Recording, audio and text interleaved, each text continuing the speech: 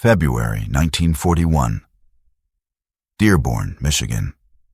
Steam breathes from the rooftops of the Ford River Rouge Plant.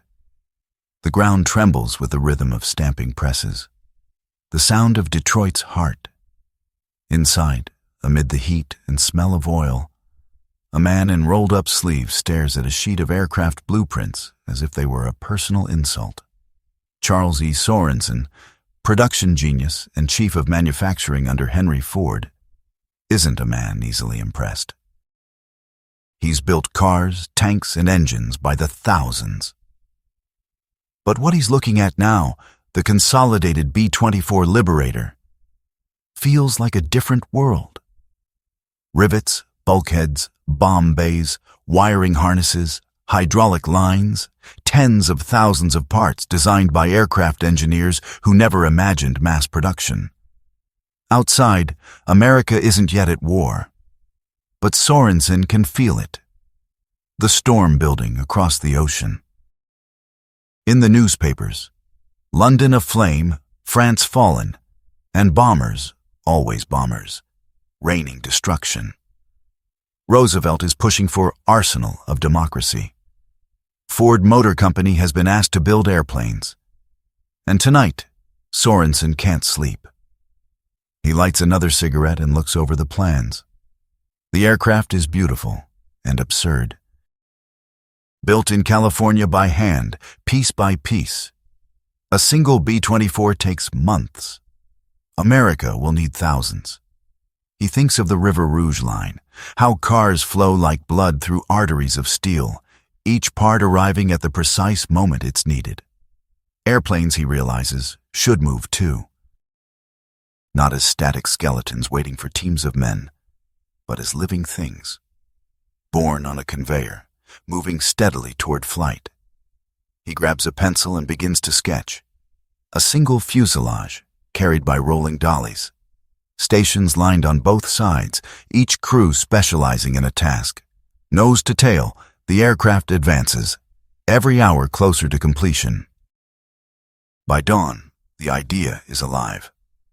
Not a plane factory, but a plane assembly line. Something no one has ever dared attempt. 2 days later, Sorensen bursts into Henry Ford's office. The old man sits by the window, silver hair catching the winter light. Ford's son Edsel is there too, thin, tired-looking, but quietly brilliant. The heir trying to modernize his father's empire. Sorensen lays out the sketches. "We'll build the bomber like a car," he says. "Moving line, sequential flow, no waiting. Every piece comes to the plane, not the other way around." Henry Ford narrows his eyes. "A bomber isn't a Model T, Charlie." "No," Sorensen replies, "but it could be built like one."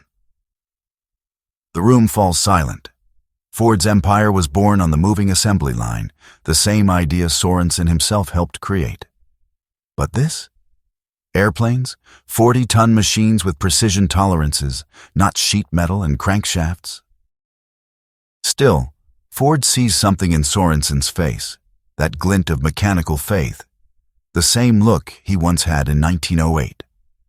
"All right," Ford says finally. "Show me." Within weeks, Sorensen is on a train to San Diego, heading to the consolidated aircraft plant. The war clouds deepen. Pearl Harbor is months away. He walks the floor of the B-24 plant and watches chaos. Skilled men hammering aluminum, waiting for missing parts, teams crawling over half-finished fuselages. It's magnificent and maddening. That night, Sorensen meets with Consolidated's president, Reuben Fleet. The two clash immediately. Fleet insists that aircraft must be built by craftsmen, not machines. Sorensen counters that the future won't wait for art. It demands volume. He leaves with blueprints, frustration, and a single thought echoing in his mind. If the Army Air Forces want 5,000 bombers, they'll never get them like this. Spring 1941, Ypsilanti, Michigan. The farmland west of Detroit hums with bulldozers. Ford has chosen the site for a new factory, Willow Run, the largest single manufacturing building in the world. Its floor plan stretches a mile long, a cross between a cathedral and a battleship. Railroad spurs feed into its heart. Entire trains will vanish inside, unload, and emerge with bombers aboard. The engineers laugh when they see Sorensen's early models. You'll never get wings to fit down an assembly line. Airframes don't bend like car bodies. You'll spend more time moving them than building them. Sorensen doesn't argue. He just points at the empty field. Then we'll make the line fit the airplane. Night after night, as steel skeletons rise against the Michigan sky, he walks the site with a flashlight, murmuring calculations. Every bolt, every inch of conveyor track, every motion of a worker's hand. Optimized. His colleagues call him Cast Iron Charlie. He calls himself a simple mechanic. By autumn, the line takes shape, a serpentine flow through stamping, subassembly, wing joining, and final inspection. Engines by Ford's own foundries. Tires by Goodyear. Propellers by Hamilton Standard, all synchronized by one unbroken idea: movement. To the casual eye, it looks impossible. To Sorensen, it's poetry in motion. He writes in his notebook, "If we can make them move, we can make them fly." Outside, the world has just changed. December 7th, 1941. Pearl Harbor. The United States is at war. And suddenly, Sorensen's impossible dream is no longer an experiment. It's the last line between survival and defeat. January 1942. Willow Run, Michigan. The factory smells of oil, steel, and panic. Outside, the snow lies heavy over half-finished runways, where mechanics in parkas weld scaffolds beneath floodlights. Inside, the air vibrates with clanging wrenches and the constant echo of hammers. Not the rhythm of a machine, but the discord of a symphony still learning its tune. Charles Sorensen stands beside a skeletal fuselage resting on wooden blocks. It's the first B-24 Liberator built at Willow Run, and it's not moving. The very line that was supposed to revolutionize production has stalled. Bolts don't align. Parts arrive in the wrong sequence. Subassemblies built off-site don't fit the jigs. One section is half an inch off, another 3/4. The wings from California refuse to match the midsection frames from Detroit. Sorensen's jaw tightens. He spent a lifetime proving that chaos can be tamed by flow. But this isn't a car. This is war metal, designed for craftsmen, not conveyors. The Army inspectors are already murmuring that Ford's experiment is a failure. The newspapers call Willow Run the Great Gamble. Every day, telegrams arrive from Washington, urgent, pleading, angry. When can we expect output? Edsel Ford walks the line beside him, coat collar up, quiet, observing. Unlike his father, Edsel isn't loud or domineering. His voice carries a softness that belies sharp calculation. "Charlie," he says, "we promised them 1 bomber a day by spring." "I know," Sorensen replies, eyes never leaving the frame. "We'll do it. We just have to teach the plane how to move." The problem isn't labor. The problem is translation. How do you take an aircraft that requires 1.25 million individual operations and convert it into a synchronized flow that thousands of new workers, many of them women, farmers, and clerks, can perform without error? Sorensen walks the floor, watching a young woman drill rivet holes along a bulkhead. She moves carefully, like she's afraid of breaking something sacred. He kneels beside her. "Don't baby it," he says with a grin. "She's built to take punishment. You can't hurt her." The woman laughs, then drills with confidence. Moments like that, Sorensen realizes, are his real engineering feats, not blueprints, but belief. By March 1942, Willow Run employs over 40,000 workers. They come by bus, by car, some walking miles through the Michigan mud. There are entire dormitories for women, cafeterias that serve 20,000 meals a day, and a small city of trailers for families who left their homes to join the line. They call it the Ypsilanti frontier. Inside, the plant runs 24 hours a day, 3 shifts. When one shift clocks out, another flows in, an unending river of humanity. But for all its movement, the first liberators crawl forward inch by inch.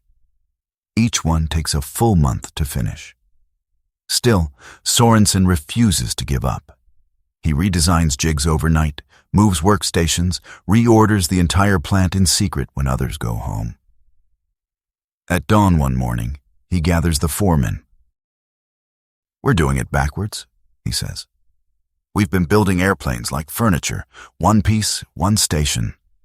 From now on, we build systems, not planes." He redraws the line from scratch. Sub-assemblies, tail, wings, cockpit, bomb bay, all built independently, then joined in motion. Each segment feeds the next. Every tool, bolt, and rivet counted, color-coded, and timed. If the plane won't fit the process will reshape the plane. Summer 1942. The turning of the line. The war machine has devoured the world. Across the Atlantic, American pilots fly the Liberator over North Africa and the Atlantic convoys. In England, RAF crews praise its range and curse its handling. The world is desperate for more, and all eyes are on Willow Run. Then, in July, the impossible happens. The second Liberator moves. Slowly, awkwardly, but it moves down the line on its own wheels. The tail is fitted at Station 73, engines at 84, wings at 92. Electric motors hum, conveyors glide. The sound that fills the hangar isn't chaos anymore, it's rhythm. Sorensen watches it roll and whispers, "Now we're building airplanes." Each day after that, the tempo increases. 1 plane every 10 days, then every 7, then every 3.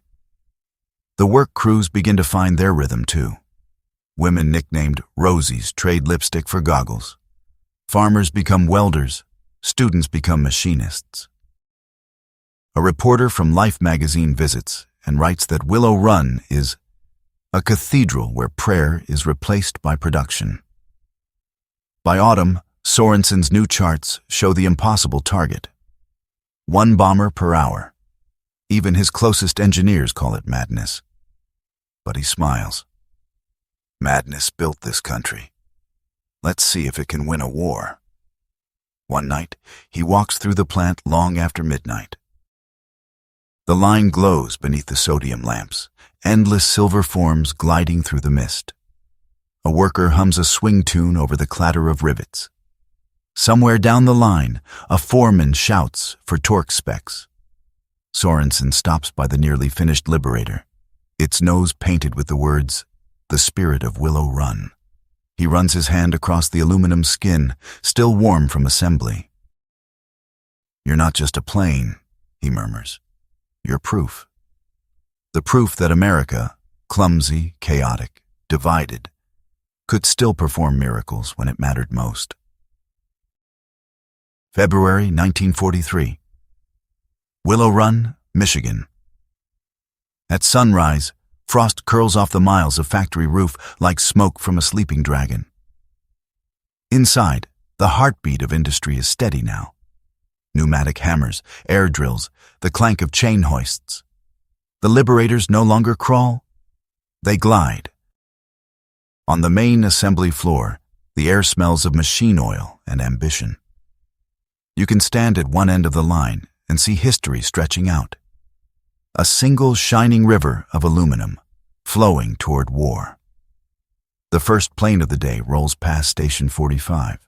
Its skin gleams under floodlights.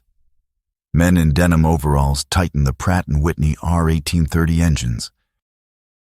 A group of women, hair tied in scarves, climb scaffolds to attach the tailplane. They laugh, they sing, swing tunes, church hymns, sometimes nothing at all but the beat of the drill guns. It's the sound of a nation discovering what it's capable of. At his desk, Charles Sorensen studies a clipboard filled with production graphs. The curve isn't linear, it's exponential. 6 bombers a week last year, 30 a week now. And if his calculations hold, they'll soon hit the rhythm he's been dreaming about since that sleepless night in Dearborn. 1 bomber every hour.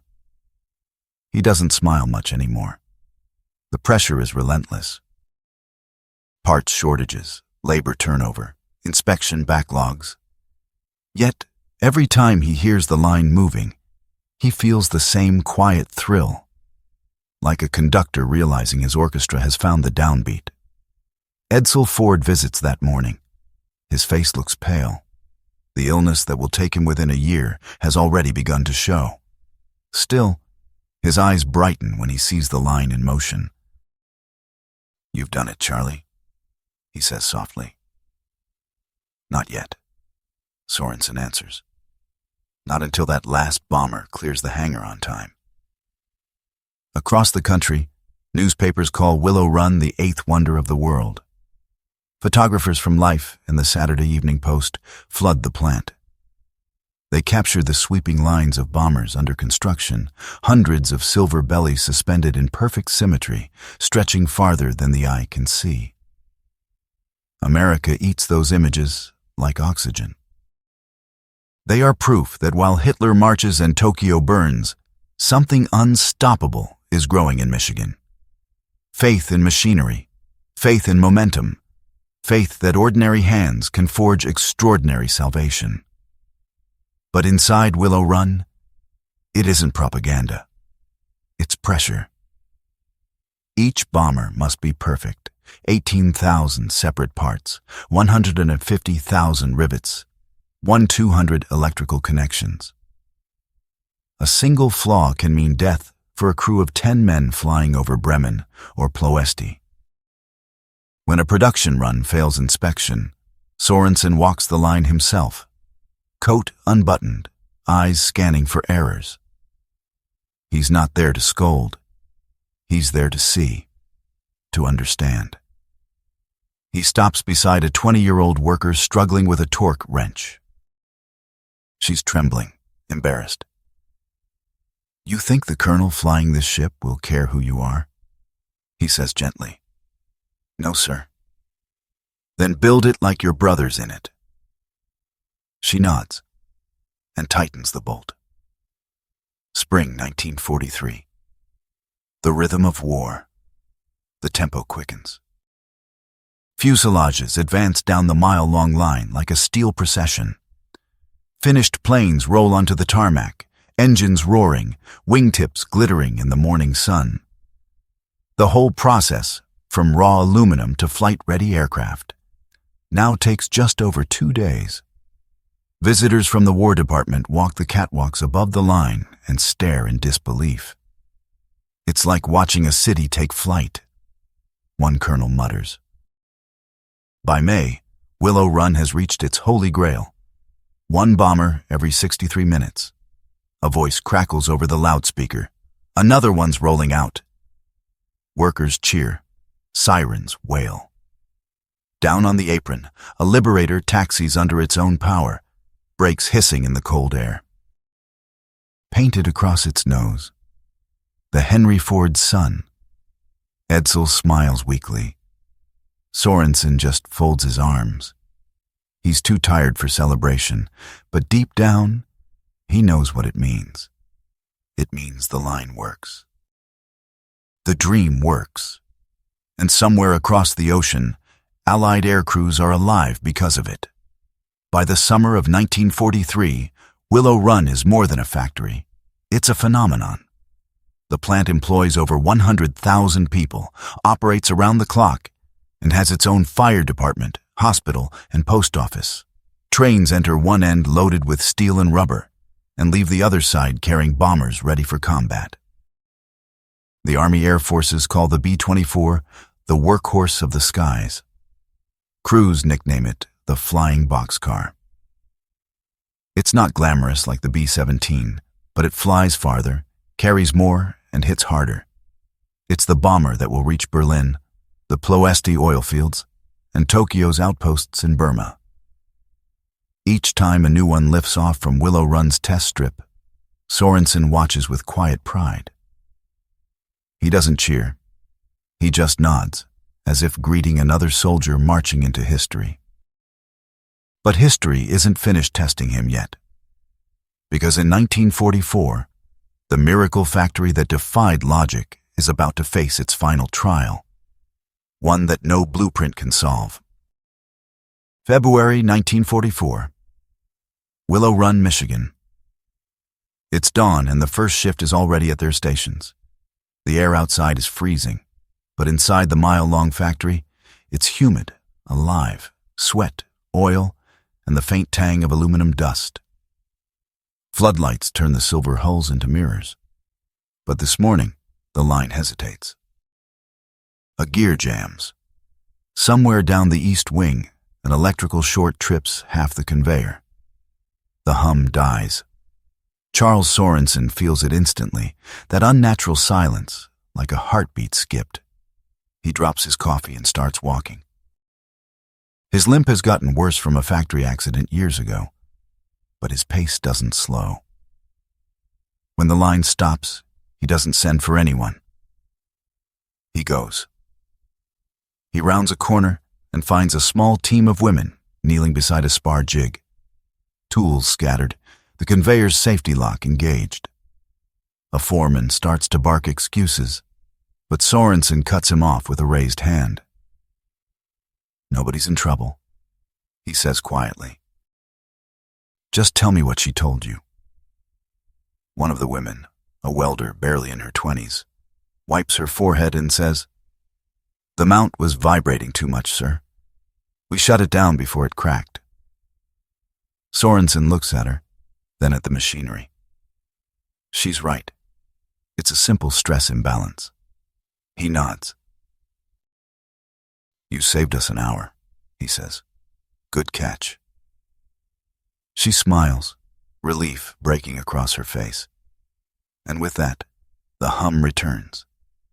The line lives again. He walks back toward the mezzanine, watching the aircraft move. For a moment, he forgets the exhaustion. Every wing, every bolt, every flash of the drill gun feels personal. But above all that sound, another voice has begun to haunt him. Roosevelt's, broadcast over the factory intercom the previous month. "The production of planes and ships and guns is the decisive test of our nation's courage. We shall build, and we shall not stop." The weight of that "shall" presses on every man and woman in the building. Outside, on the frozen runway, a newly finished B-24 shudders under the wind. Its engines roar to life, one after another, deep, chest-thudding power. The test pilot, Lieutenant Frank Hart, gives a thumbs up through the cockpit glass. Inside the control tower, Edsel Ford watches quietly, his health failing but his resolve firm. Sorensen joins him, still smelling of oil and iron. "She's clean," Sorensen says. "That's 4,000 hours of labor right there." Edsel nods faintly. And 10 lives she hasn't even met yet. They watch as the bomber begins its roll, tires screeching against the ice, lifting into the dawn sky like something alive. For a second, the shadow of its wings passes across the two men, and both fall silent. March 1944. The strain beneath the glory. By now the numbers are staggering. 42,000 workers on the floor. 24-hour shifts, 7 days a week. A completed B-24 every 55 minutes. Willow Run has achieved the unthinkable. It's producing more bombers than the entire nation of Japan. But beneath that triumph, the cost is visible in tired faces and trembling hands. The line has become a living organism, efficient, yes, but merciless. Foremen sleep in offices. Nurses patch up burns and sprains by the dozens. The factory cafeteria serves 30,000 meals a day, mostly to people too tired to taste them. And Sorensen, he sleeps in his office now, sometimes only a few hours at a time. His son worries he's working himself to death. But when asked why he doesn't rest, he just says, "Because somewhere, a boy in a Liberator is waiting for what we finished today." In April, Edsel Ford dies. The factory falls silent for 1 full minute, the only time the line ever stops willingly. Sorensen stands before the entire workforce, hat in hand. His voice breaks only once. He believed in this place when no one else did. If you ever doubt why we're here, remember that. Afterward, he walks the empty assembly line alone, the sound of his footsteps echoing like distant gunfire. The first plane completed after Edsel's death is painted with a single inscription: "For Edsel, Summer 1944." The line that ate time. The factory reaches its zenith. Willow Run now produces 650 bombers per month, a number that even the War Department finds hard to believe. Across the Atlantic, those bombers fill the skies in endless formation. Over the Channel, over France, over Germany. Each one carries not just bombs, but the faith of the people who built it, the mothers, the farmers, the welders, the dreamers. One pilot writes home from England. "I flew a Ford bomber today. She runs smoother than my dad's Model A. Tell the folks in Michigan, they're winning this war." That letter makes its way back to Willow Run. It's read aloud during the lunch break. The workers cheer, then get back to work without missing a beat. By the end of the year, the plant has delivered 8,600 Liberators. Sorensen watches them depart, one after another, their shadows vanishing over the tree line. He knows what it means. Every shadow that disappears is one more life, depending on his idea. As snow begins to fall again over the Michigan plain, he walks the empty floor and turns off the lights one by one. The silence that returns isn't failure. It's completion. The line that once defied logic has outlived its creator's strength. But its rhythm, the hum of flow, of motion, of faith, will echo long after the last bomber flies. When the war ends, Willow Run falls quiet. The massive hangars empty. Grass grows between the concrete seams. But to those who worked there, it remains sacred ground. The place where America proved that imagination could outbuild fear. And somewhere, in a dusty Ford archive, a simple note in Charles Sorensen's handwriting reads, "The secret was never the machines. It was the people who believed the impossible could move."